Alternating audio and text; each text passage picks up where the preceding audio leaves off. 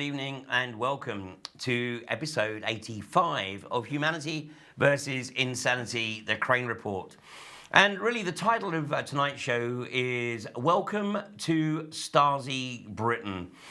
Because as you're going to see, the UK is now in the grip of a investigatory powers situation that is unique right across the world. In fact, China has actually cited the UK as the model that it wishes to introduce for its own investigatory powers legislation.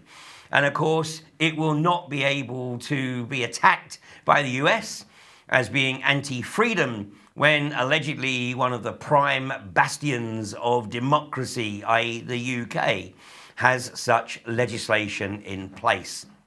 And this is all part of the plan to destroy the UK, literally piece by piece, by taking pieces of the jigsaw and literally just throwing them away. And last week we actually made reference to the Tory agenda, although this is actually just a follow-on from Blair's agenda, which of course was a follow-on from Major and that from Thatcher, which is the privatisation agenda, i.e. the eradication of all national services. And of course the NHS, and I put this slide up, this was one of the banners that was being used by the doctors during their recent protests. Your NHS in Tory hands, slash funding and stretch staff to breaking, raise public expectations, blame doctors and NHS staff for shortfall, present privatisation as the only sustainable solution. Now, I know there are people who still consider that any suggestion that the NHS is being privatised is just a rampant conspiracy theory. Well, fortunately, the percentage of people who perceive that is falling at a phenomenal rate of knots.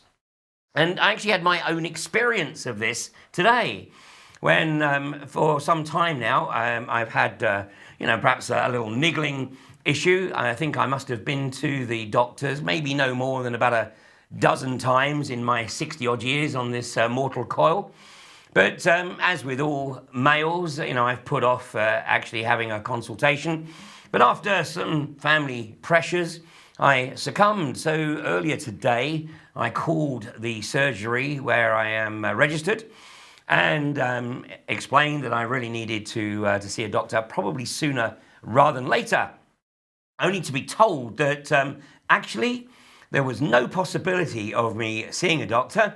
The only possibility was to get a telephone consultation, and that the doctor would call me back later in the day to give her opinion or diagnosis based on what I told her over the phone. Well, I wasn't particularly impressed with this, and the receptionist was actually just simply refusing to even consider the possibility of a face-to-face appointment. So in the end, I said, okay, fine, I'll go with the telephone conversation today. Well, unfortunately, that hasn't happened. So I'm still waiting on that consultation. But when I was on my way down to the studio this evening, I picked up the national media to see what lies and deception are being presented as truth. And this was the front page of the Daily Mail, coincidentally. Prove you need to see the GP. Hundreds of doctors are assessing patients in 3-minute phone calls before granting face-to-face appointments. And here's the deal. Apparently there's 180 surgeries participating in this trial experiment, which covers about 1.7 million people apparently. Well, I have the misfortune apparently to be registered with one of those 180 surgeries. So this 3-minute phone assessment, I guess that they start the clock a bit like a chess game, hit the clock. Your 3 minutes start now, so no time for small talk, no time for, how you doing, how's things been, etc. Let's get straight into the meat of the issue. And the statement in the media is that proper consultations will only be for the seriously ill. which basically means, of course, that unless you're on the point of absolute collapse, in which case they'll probably simply advise you to call an ambulance and join the horrendous queues at A&E. So this is an absolute fail. But let's have a look at what it says in that article. So it says surgeries are offering 3-minute phone assessments instead, with proper consultations only for the seriously ill. The 2 private firms training staff in the system say that 2 in 3 patients need only words of advice. Really? Private? I mean, I would love to know who these private consultants are. I mean, this seems to be the only way that people can actually earn money in this country now, seeing as that we have no manufacturing base. In fact, manufacturing actually contributes to less than 10% of gross domestic product now. So we've got consultants coming out the proverbial yin-yang. And I just wonder how many of these consultants actually have medical experience, a bit like the consultants employed by the DWP.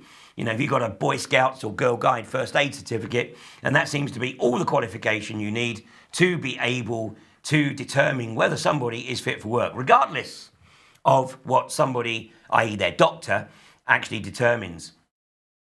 So it goes on. Campaigners warn that some, particularly the elderly, might be fobbed off or end up going to casualty. Well, I don't actually consider myself yet to be in the category of the elderly, although probably because I'm over 60, therefore it's, there's a black mark there for starters. So it's like, oh, well, if he's still breathing in a few days, maybe he'll just go away. They also worry that GPs will miss symptoms that would have been spotted at close hand. This is a very, very important aspect, because this observation goes on. There are 101 things experienced GPs can see in ordinary consultations. We have evidence. It's extremely worrying and upsetting for patients. A major poll today reveals the pressures surgeries are under from high migration and aging population and a recruitment crisis. So there you have it. Basically, the surgeries, and I am registered in an area that doesn't have a particularly high immigration population. In fact, I'm not aware that the population has actually increased that significantly over the past decade or so. But nonetheless, obviously, the surgeries are looking to streamline so much that today I actually get dropped off the list. So not every doctor is happy with this, but here's a very scary observation. Only 1 in 10 doctors say they offer safe care. And many GPs are leaving the profession, or actually moving overseas, because of the outrageous pressure that they are under, and of course also the targets that they have to achieve, particularly in things like vaccination, diagnosis of dementia, which is now rewarded. So this is the way in which our health service is going. The whole idea basically is to establish whether you are still able to make a direct contribution to the corporatocracy, and if you can't, then please just go away and die. Well, so that's the agenda here, and those people who want to challenge that must be the ones who have the good fortune never to need either to visit the doctor or to use A&E. Although I know that there are some hospitals who do still make a very real effort to treat their patients with the historical care that they've always tried to offer. Meanwhile, of course, we've also got a new fear campaign going on, because the mainstream are totally losing it. I must confess that it's been a long time coming, but it is truly remarkable how many people now get into random conversations. People who have no idea that, I do what I do. And, people will start talking about the banking fraud, the legal fraud, the issues of privatization, the fact that MPs are no longer representative of the people. They are simply representatives of the corporations who are then pushing their agenda onto their constituents. So their role is to effectively shut their constituents up.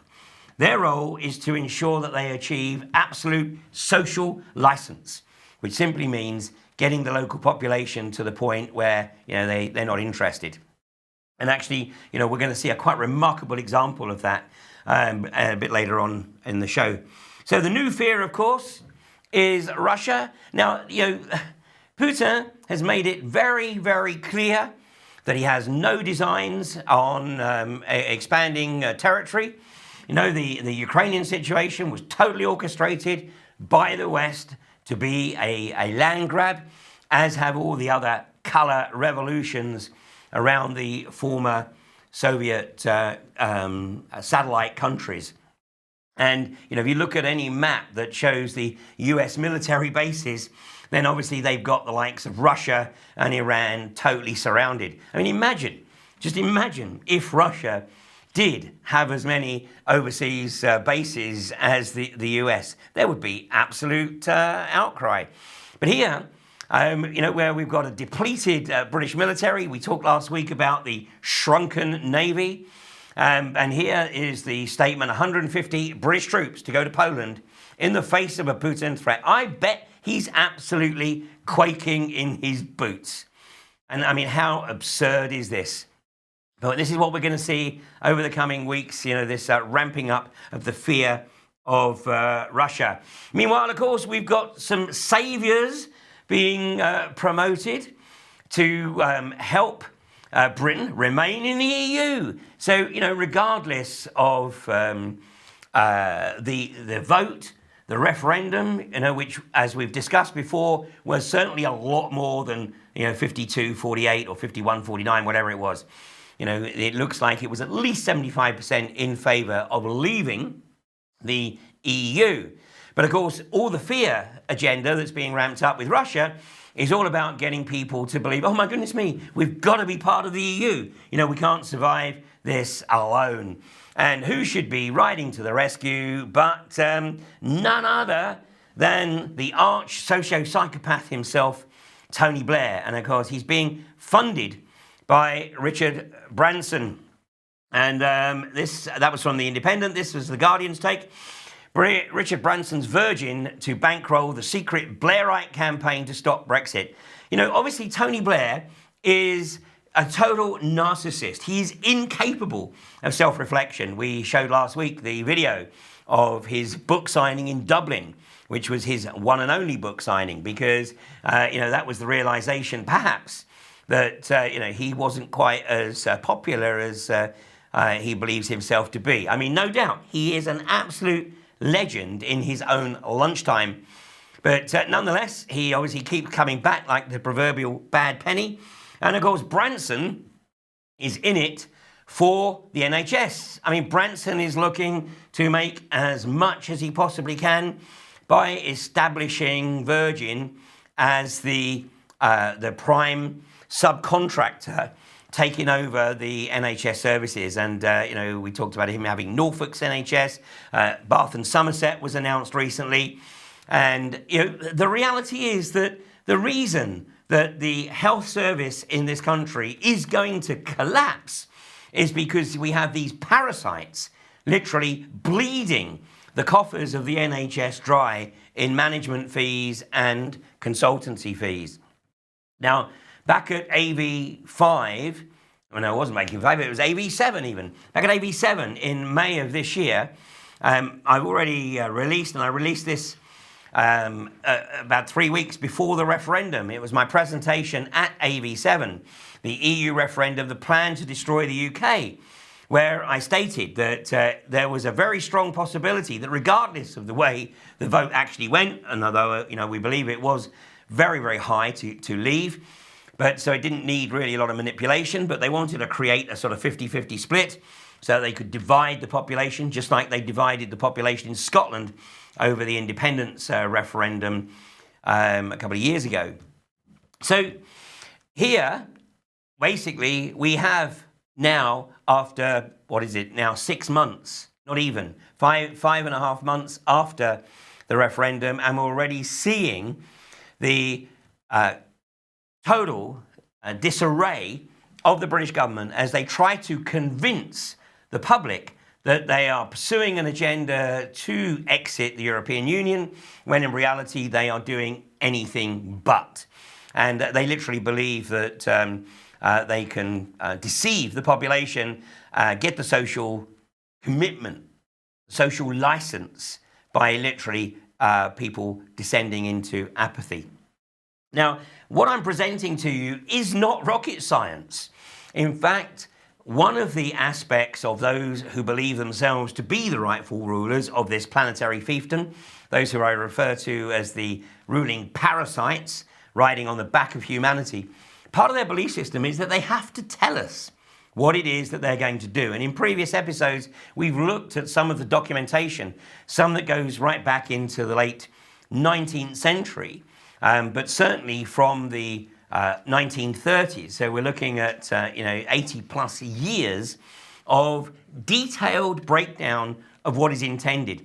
So obviously those who still want to believe that their government has their best interests at heart will simply regard this as conspiracy theory. And you know what? Let's just ignore those people, because they'll either come to this in their own time or they won't. But the interesting thing is, of course, that more and more people are starting to realize what's occurring. And every now and again, the government and the ruling parasites do get a minor victory. But the reality is that they know the more and more people are seeing through them. So I just want to share with you a couple of rather prophetic videos and statements that have been put out into the public domain over recent years. And we're going to start with the media. And, from 1987, this was The Running Man. Of course, there is Arnold Schwarzenegger. But in The Running Man, there is the observation that by 2017, the world economy has collapsed. And that actually may come about as soon as this weekend, because this coming weekend, Italy has a referendum on whether or not the Italians wish to remain within the euro. And there is a lot of speculation that the likelihood is that they will vote out. Now, if, of course, it's close, that vote, the result will be manipulated. But if, like the UK, where the vote is high, i.e. 75% plus, then they will probably have to say, well, okay, fine, the result was to get out of the euro.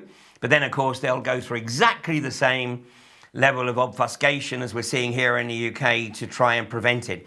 But this could actually bring about the collapse of Deutsche Bank. And once Deutsche Bank becomes the first domino to fall, then the European community will be on very, very dodgy ground.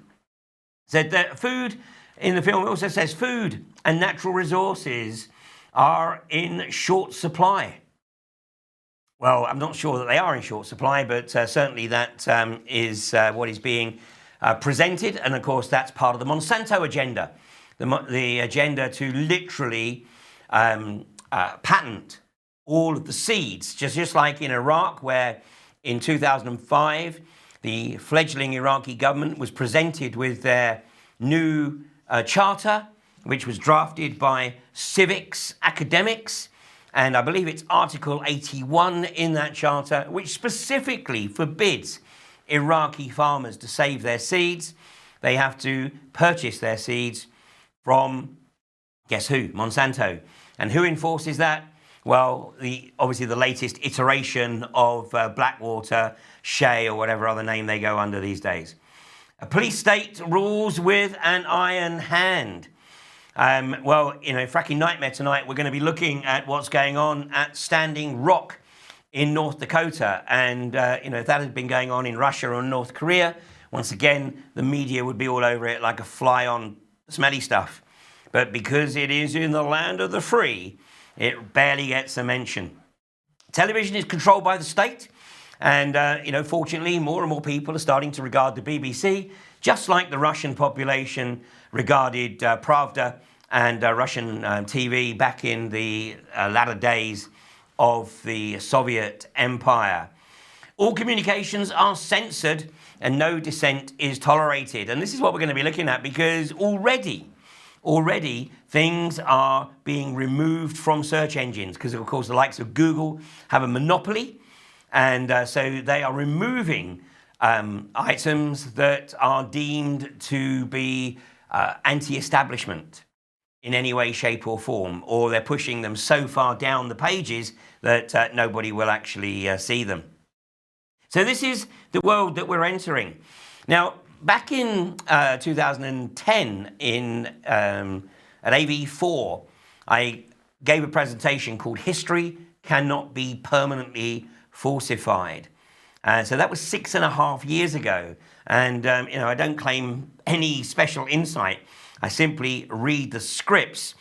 But in that presentation, I introduced the audience, or those who weren't already aware, to this document, the Secret Covenant. Now, of course, this is dismissed as a forgery, but it first appeared, as far as I can ascertain, on a website called bankindex.com on the 21st of June, 2002. And if anybody can actually come up with any reference of it appearing before that, please let me know. But this is a remarkable document, and I would encourage people to search this. You can find the full text of this for yourself online. It's not a particularly lengthy document, but considering that it is now a little over 14 years old, it is truly remarkable how much of this agenda has been put into place. Now, got a little treat here, because we're going to show a video. Now, this is quite a lengthy video, and it's going to run actually for about 18 minutes. So it's going to take us almost to the end of the show. But I think this is really important. Now, it is a parody. I want to make this clear. This is a video that was produced about just over 6 years ago by a guy called Matt Anderson. And when it first appeared, of course, he didn't quite admit or acknowledge that it was a spoof. But nonetheless, it is a spoof. Take it from me, it's a spoof. But nonetheless, listen carefully and you will see just how much of this spoof IllumiCorp recruiting video has actually come to pass, or the mechanics are in place to actually bring it about. So take a look at this.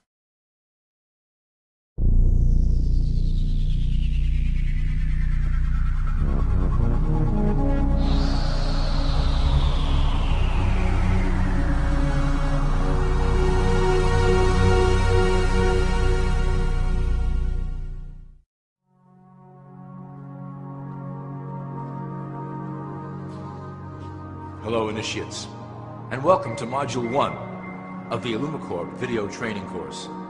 I would like to officially welcome you as a member of the team. You've joined our organization at perhaps the most exciting point in our long history. Our founders shared a passionate dream to transform this country and eventually the whole world into one cohesive organization.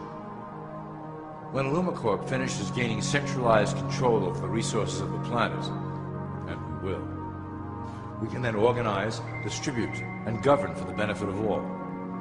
After competition and dissent are eliminated, we will build a utopia for the people of the world to share based on need and rejoice together in a harmonious new world.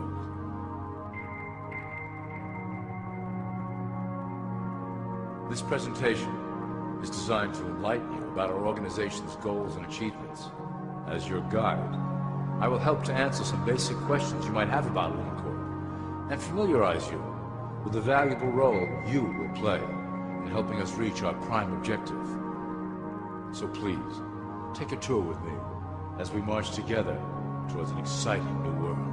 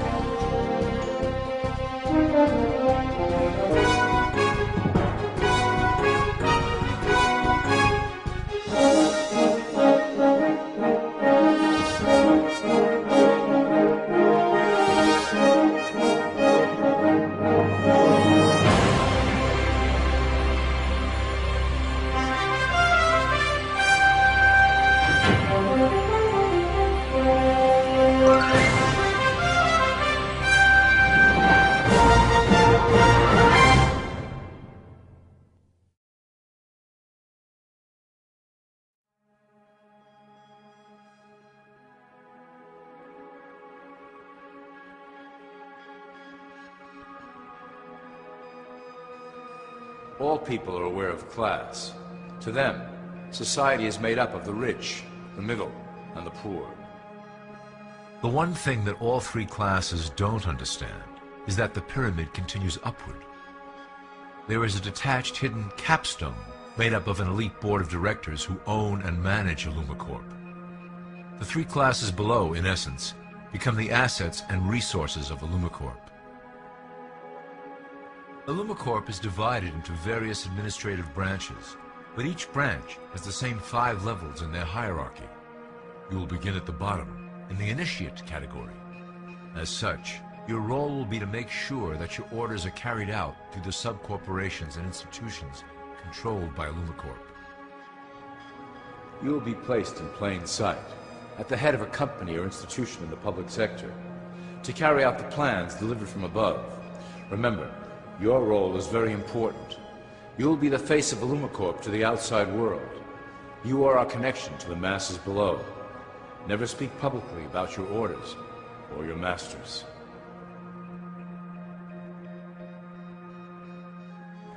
Now, let's look at IllumiCorp's 6 administrative branches and their functions. You will be placed in a top position of power among one of the following sectors. In this way, as you are monitored and guided from above, you will decide strategy and introduce programs that further our goals. But that is the secret to IllumiCorp's success. Control the head, and you control the body.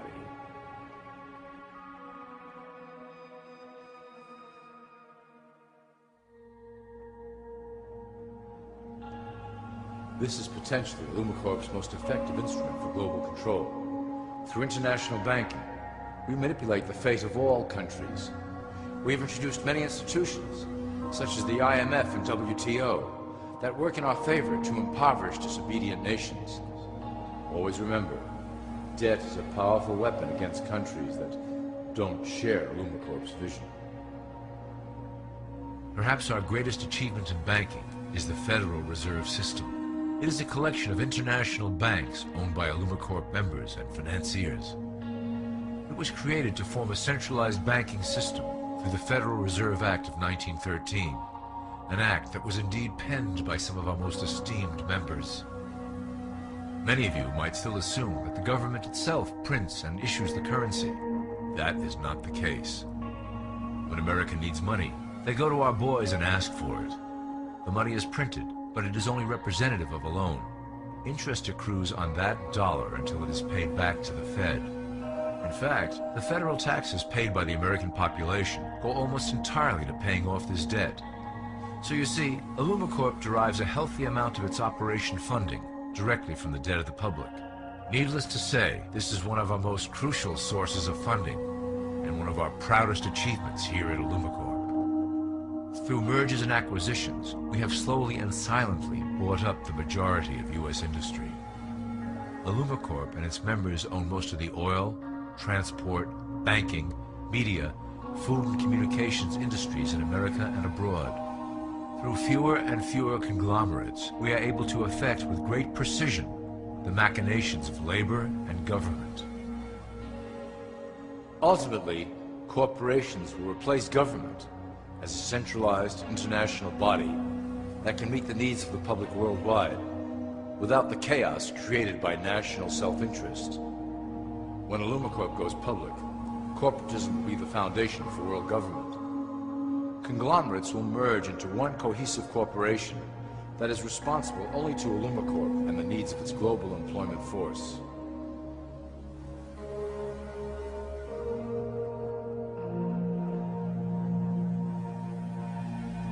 IllumiCorp's control of the American military is another impressive tool in our possession.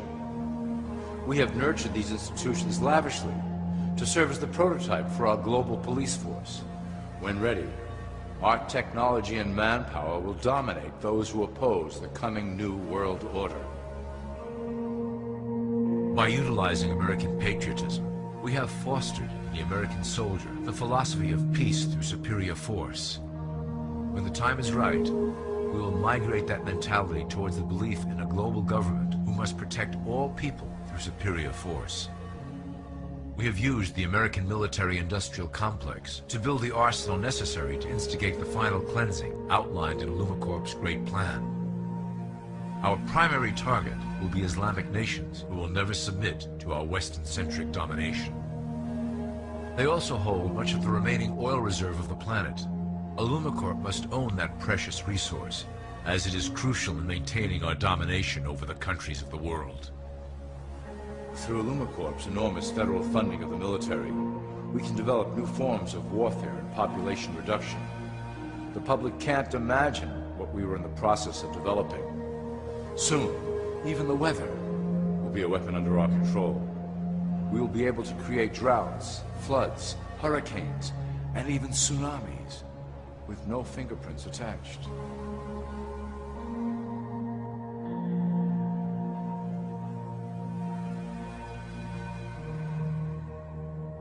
The political system of America has been under direct control of IllumiCorp for some time. It was actually a relatively easy acquisition, and has been even easier to manage. Politicians know of our unspoken agreement, and will do anything to stay in power. A two-party system benefits IllumiCorp, in that it reduces all issues into a black and white debate. Through media, we can play side against side, using each where necessary to support our goals. Due to a diminishing faith in the system among the public, IllumiCorp has designed a rogue candidate program to provide a voice for the dispossessed. This disperses the impetus for dissent among those who do not feel represented by our candidates and builds a database of potential dissidents.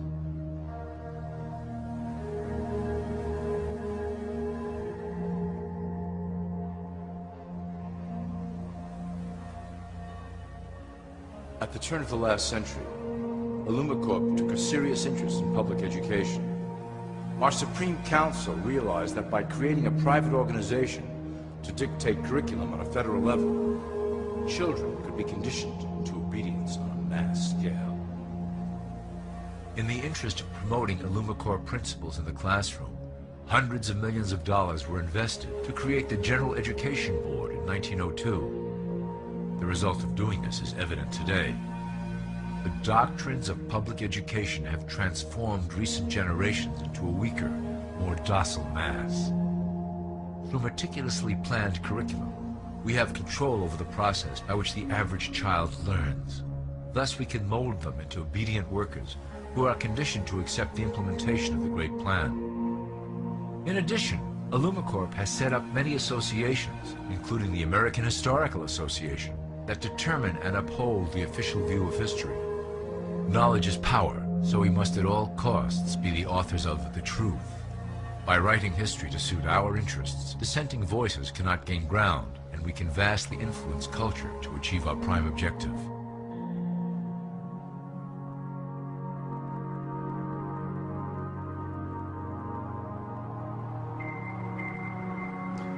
IllumiCorp uses the media to shape the public's opinion about current events and condition desired attitudes about our future agenda. Through news, entertainment, and advertising, we can program a variety of emotions and responses into the collective unconscious. In the past, we were limited entirely to print media, but now we have multiple mediums to utilize in programming and conditioning the masses. With cable news, we have directed the public to a more entertainment-based consumption of world events, infotainment. This medium is far more effective at subliminal reinforcement of desired attitudes towards our objectives. For instance, we are currently instilling a sense of duty towards environmental issues. With our growing control of the weather through HARP and chemtrails, we will scare the public into accepting our global protection agendas. We will then phase into the great cleansing which must occur to return the global population to a manageable size. We reinforce the desired norm through advertising, creating a model for people to live up to that is virtually impossible. The result is an incomplete, desperate individual seeking acceptance. Through reality television game shows, we repeat the pattern of individual survival versus group survival. This breaks down the idea of community and breeds individuals who seek only their self-interest. With a public that is constantly suspicious and scheming, we maintain the status quo of a divided population that never thinks to look up.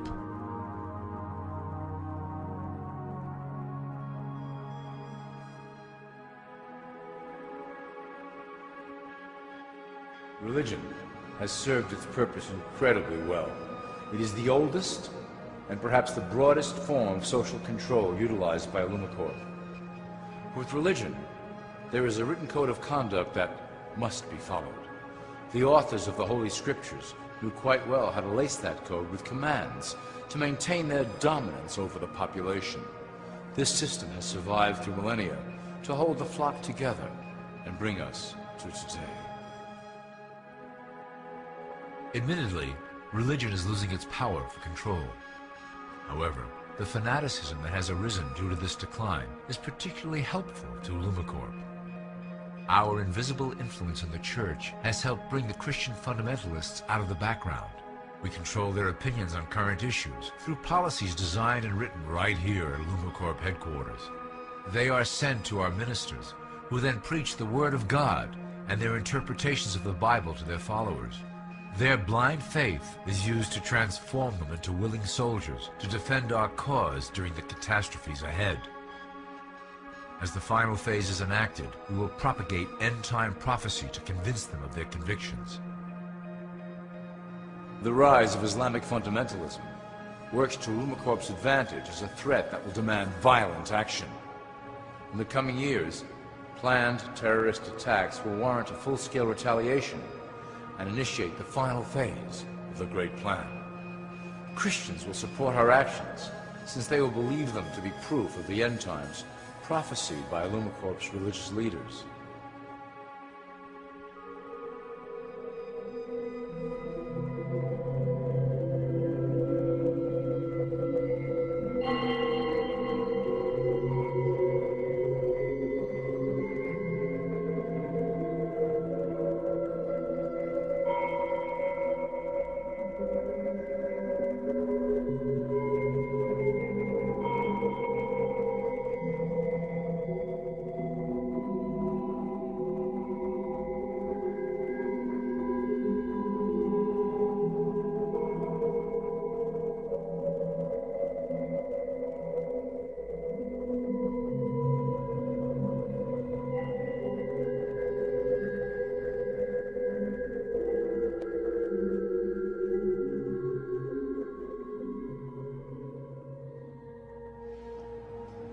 Now that you have a basic understanding of how we work over here at IllumiCorp, I would like to introduce you to one of our latest projects, the Control Grid.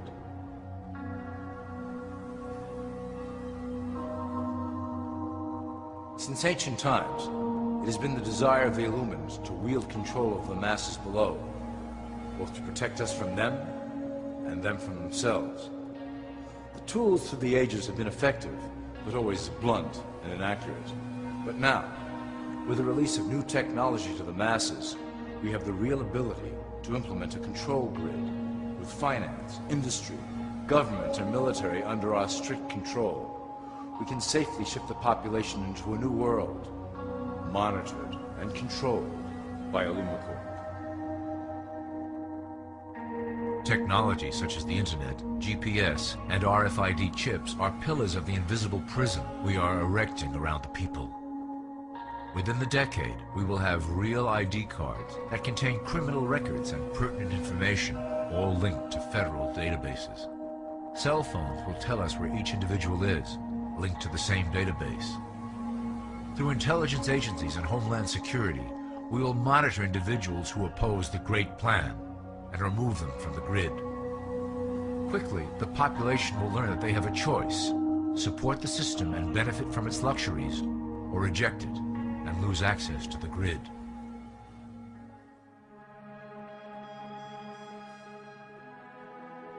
Well, that was quite an overview. I hope it gave you an understanding of our process and basic overall structure here at IllumiCorp. Don't worry if you can't remember specific details at the moment. Once assigned to your administrative branch, you will be shown the second IllumiCorp training module. Your initiate supervisor will brief you on your specific duties at that point. Also, please review your copy of the Great Plan and the attached code word and symbols booklet. You will need to know the ways we communicate internally through public channels. This concludes part 1 of the IllumiCorp video training module. I wish you the best of luck, and may our plan complete in secrecy. The dawn of a new era is on the horizon, and it will shine gloriously over the new world that we have built together.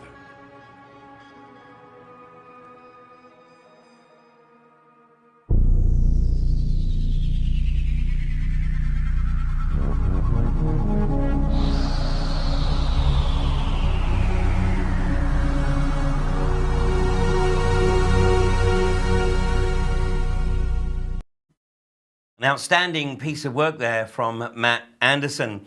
One of the observations in the video was, your loyalty and devotion belong only to us. Of course, to achieve that, all you have to do is sell your soul. So even the enablers and the facilitators who are on the payroll are effectively caught up in the web. Now, I'm called it a hunch, but I'm sure that Matt, when he was scripting that spoof video, actually used the secret covenant to get some of his script ideas. And I want to share one of the paragraphs that, a couple of paragraphs from almost the final page of the secret covenant. And let's bring this up on screen. If they ever find out that together they can vanquish us, they will take action. They must never ever find out what we have done. For if they do, we shall have no place to run, for it will be easy to see who we are once the veil has fallen. Our actions will be revealed. Our actions will have revealed who we are, and they will hunt us down, and no person shall give us shelter. This is the secret covenant by which we shall live the rest of our present and future lives. For this reality will transcend many generations and lifespans. Now, I've discussed the multi-generational agenda and the belief system of those who believe themselves to be the rightful rulers of this planetary fiefdom in many presentations over the last decade or so. But it's very clear that they are running scared, because when this piece of legislation came on, or it's not yet got royal assent, but there's no reason to believe that it won't. But it has literally been put through, and as it says here in the Guardian headline from 10 days ago, the extreme surveillance becomes UK law with barely a whimper. A bill giving the UK intelligence agencies and police the most sweeping surveillance powers in the Western world has passed into law with barely a whimper, meeting only token resistance over the past 12 months from inside Parliament and barely any from outside. The Investigatory Powers Act, passed on Thursday week ago, legalises a whole range of tools for snooping and hacking by the security services, unmatched by any other country in Western Europe or even in the US. The security agencies and police began the year braced for at least some opposition, rehearsing arguments for the debate. In the end, faced with public apathy and an opposition in disarray, the government did not have to make a single substantial concession to the privacy lobby. US whistleblower Edward Snowden tweeted, "The UK has just legalised the most extreme surveillance in the history of Western democracy. It goes further than many autocracies."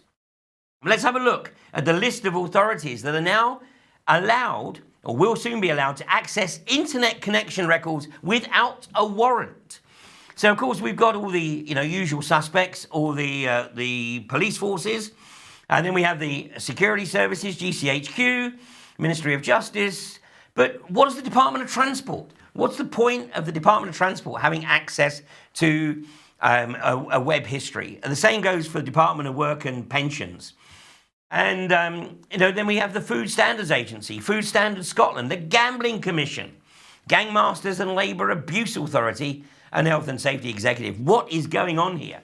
I mean, this is pretty much anybody and everybody. And the purpose of this is so that if private information does find its way into the public domain, everybody can do this. It wasn't MeGov.